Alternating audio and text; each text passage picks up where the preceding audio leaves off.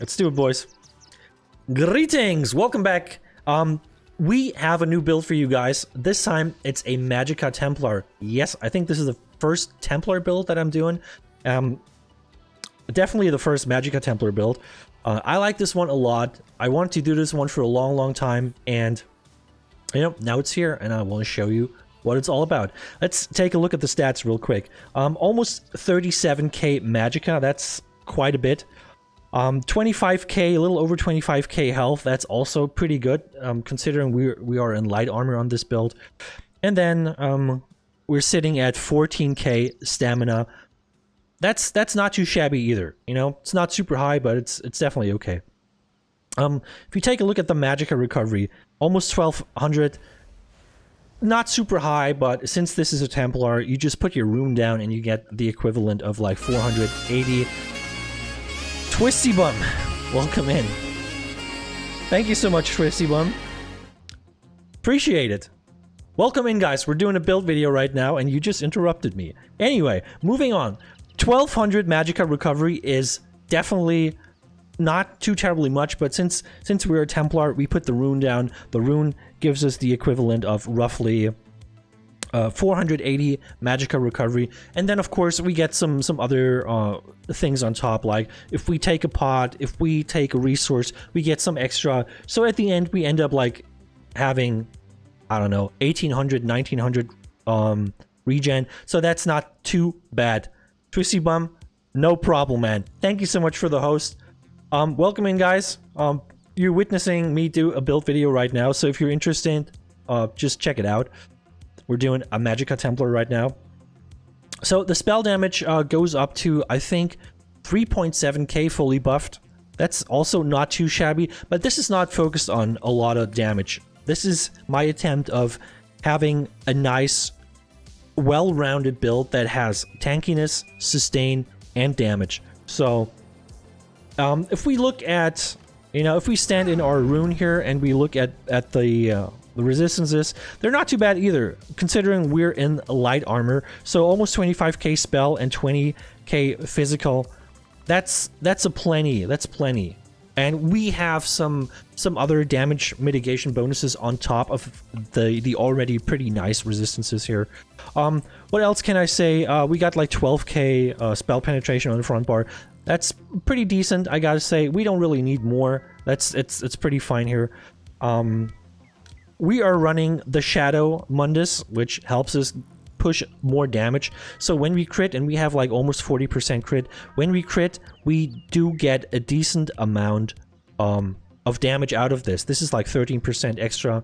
And Templars themselves, they get 10% extra crit damage anyway. So it just synergizes well. Helps me do a lot more damage, especially with all the little attacks that are going on with this build. We can stack a lot of damage, a lot of like little attacks on people, and if they crit, they just offer me a lot of extra damage. So that's pretty nice. We are a vampire on this build. You don't have to if you don't want to, but I really think it's good. The extra tankiness on low health is really nice, and the extra sustain also really helps. Then of course we're running the Witch Mother's Potent Brew. I think this is pretty much the best one. It's a really cheap drink. You don't really need anything else. You want the health, you want the Magicka, and you want the recovery.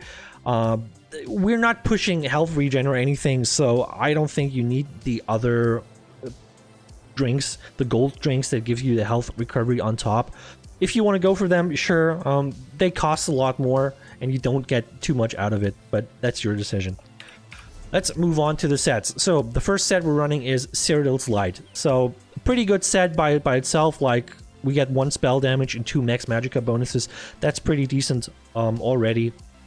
But the 5-piece bonus, when we're casting or channeling an ability, we take 15% less damage. That's a huge damage mitigation buff.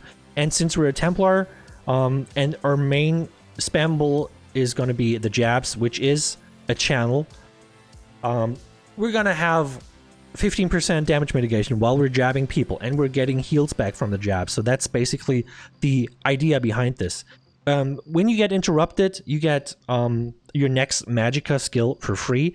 This also works on heavy attacks. So if you do like a heavy attack and somebody interrupts you, this will also work, and you will get the next Magicka skill for free. And of course, channeling a heavy attack, and we have a resto staff and a lightning staff, so we have a channel on both bars. Channeling heavy attacks also counts as a channel, of course, and it will give you 15% damage mitigation, so that's pretty nice.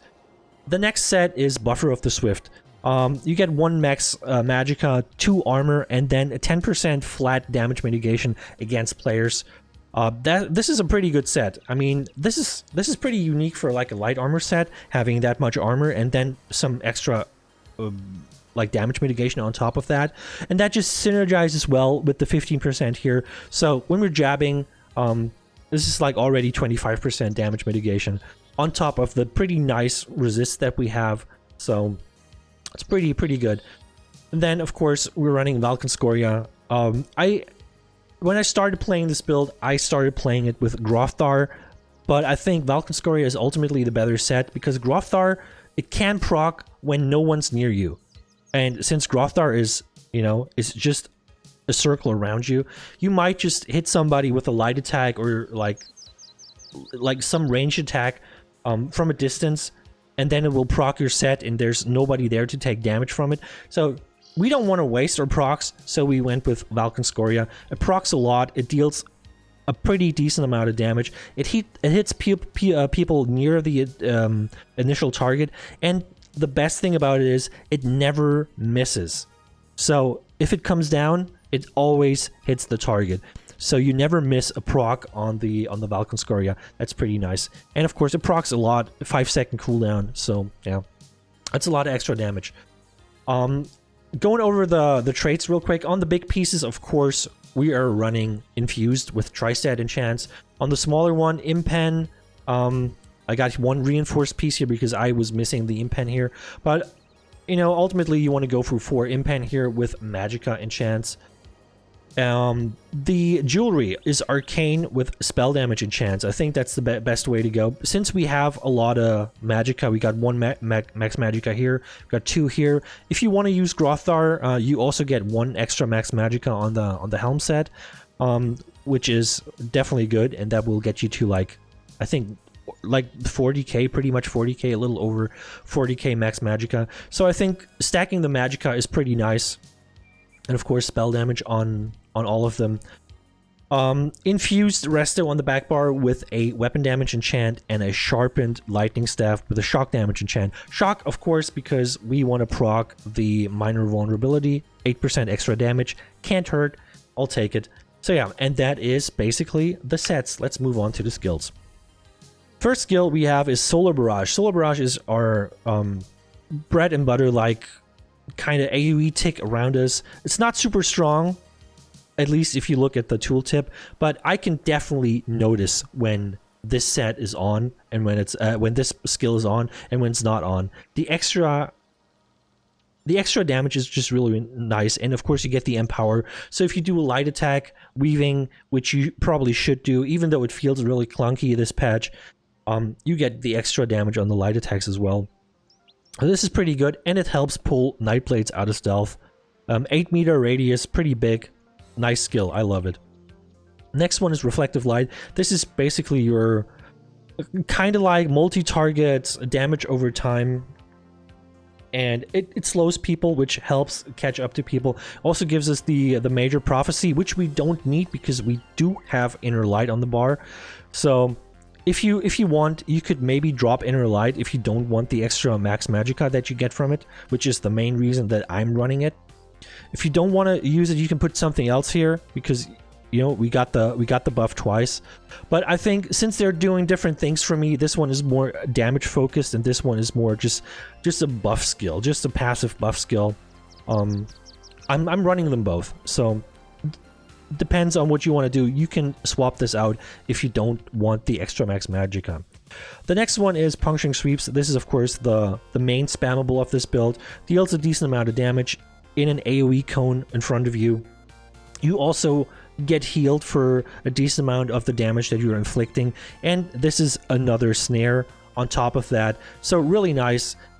This is also your main channel to proc the cyrodiil's light set to make you extra tanky. And you know, just the way the sets work together and the healing you get from puncturing sweeps, really nice, makes it a really, really nice thing here. The next one is Toppling Charge. This is, you know, short story here. It's our gap closer. It knocks people down and it sets them off balance. We don't have anything invested in extra off balance damage. You could do that if you want to. I'm not really focusing on that too much, but yeah, that's basically what it does. And then of course, Inner Light, we talked about this, extra max Magicka.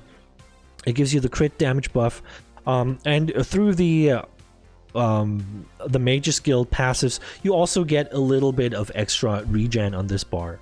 It's not much, it's like 2% or something, not too high. The ultimate is Crescent Sweep. Nice, hard-hitting, really, really cheap ultimate. Hits a lot of people in front of you. You do extra damage to people in front of you, less damage to people behind you. So try to aim this. Try to always hit people in front of you for the extra damage. And this also does like an extra pulse around you for 6 seconds, which pairs really well with this one because this is also pulsing every 2 seconds. And so these two in combination are a lot of like AoE damage around you, and then you just, you know, you have this dot up on them, you have this dot on them, and then you just jab people, and that's a lot of damage. And that's what I'm talking about, these little damage procs all over the place, and they all have a chance to critically hit, and then you get the extra crit damage that we have on this build, which just pairs really, really well. On the back bar, we have Extended Ritual. This is basically a mini heal and your main Purify. You cleanse 5 negative effects, and yeah, that's basically it. It also helps your friends, your team. They can use this to cleanse stuff off of them, and it's a big AoE circle that heals people. So it's not a strong heal, but you know, it helps. It just helps. The next one is Rapid Regen. This is our, you know, I honestly think this is better than Honor the Dead. It's just it just feels better, but in combination, when you stand in your Extended Ritual, you pop the Rapid Regen, which is a lot of healing over time, over 5 seconds, and then you have the Honor the Dead on top of that for some nice burst heals. That's a lot of healing, not gonna lie, that's a lot of healing. So this is like the healing kit that you have, these 3 skills. Combine them in any way you want, and they will do you well. The next one is Degen, which is mainly like a dot and our source of major sorcery, which we need on the build. And yeah, that's basically it. The next one, Channeled Focus. This is your armor buff. It gives you like 5k armor and 50% on top when you stand in your rune. On top of that, you get 240 Magicka every 1 second, which is the equivalent of 480 regen. So that's what I was saying at the beginning. You get a lot of regen that you can't really see on the stat sheet. And then the ultimate is Remembrance. This is kind of a flex spot. You can go for whatever you want. I think Remembrance is pretty nice if you want to like support your team, or if you are taking a lot of pressure and you just want to you know, hit the button and just take the hands off your keyboard for 4 seconds and be OP. Since this is a channel, it will proc the Cyrodiil's Light set. So you get the Major Protection 30%, you get the Cyrodiil's Light 15%, and you get the Buffer of the Swift 10%. That's a lot of damage mitigation, guys. It's a lot of damage mitigation, not gonna lie. And then you have the nice amount of resistances on top of that. So yeah, that's it. If you don't want to run it, put something else on, whatever you like. So yeah, that's the skills. Let's move on to the champion points. In the red tree, 51 Ironclad, 77 Resistant, 43 in Hardy and Elemental Defender, and 56 in Quick Recovery. In the green tree, we're having 37 Warlord, 19 Sprinter, 22 in Mooncalf, 56 in Arcanist, and 43 in Tenacity. Tenacity, of course, for the nice heavy attack channels that will make you more tanky, and they give you resources back. So there's another little synergy if you want. Tumbling, a little less on the tumbling side here and a little more on the blocking side. You can switch it around if you want. I think since we don't have too much stamina on this build, I think it's better to block, which is cheaper than the dodge roll. So I went for this one, 37 Tumbling, 56 Shadow Ward. If you feel like you should go for something else, if you plan on blocking more or like blocking less and dodging more, you can do that. But, you know, 14k stamina, that's not too terribly much for, like, you know, like dodging anyway. So yeah. In the blue tree, 51 in Elfborn, 56 Elemental Expert, and 63 in Spell Erosion. Then we go for 72 in Master at Arms, and a little bit in Thaumaturge, 28%. Like I said, if you want to go for the Exploiter passive here, that gives you 10% extra damage to off-balance targets, you could do that. You have to stack 75 points into Thaumaturge to do that. I don't think it's worth it, but if you want to go for it, feel free. So yeah, and that is basically the build, ladies and gentlemen. I hope you like it. I hope you give it a try. Please remember to like, subscribe, comment, and yeah, just engage people in a conversation. Let's get it going, and let's get me to 1k subscribers, please. I'll be back with another build soon, and yeah, that's it. Take it easy, guys.